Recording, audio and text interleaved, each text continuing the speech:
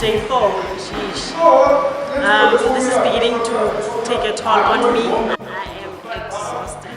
So it's day 4. How are you feeling today? Tired. I am so tired, but I have to do it, you know. I want to lose this weight, so yeah, I'll keep on doing it until I'm done with the challenge. So far so good. For the first timers, I'm very impressed. Energy level is good, although they're a little bit tired and drained, you know, with the diet. They're not so used to it, but they're doing well.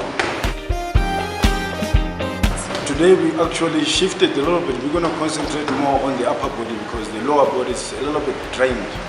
So that gives them a lot of strain, but we're going to loosen up on the top part of the body as well. So far we've achieved what we wanted to achieve, and then we are almost there, and we're doing the best we can to motivate each other.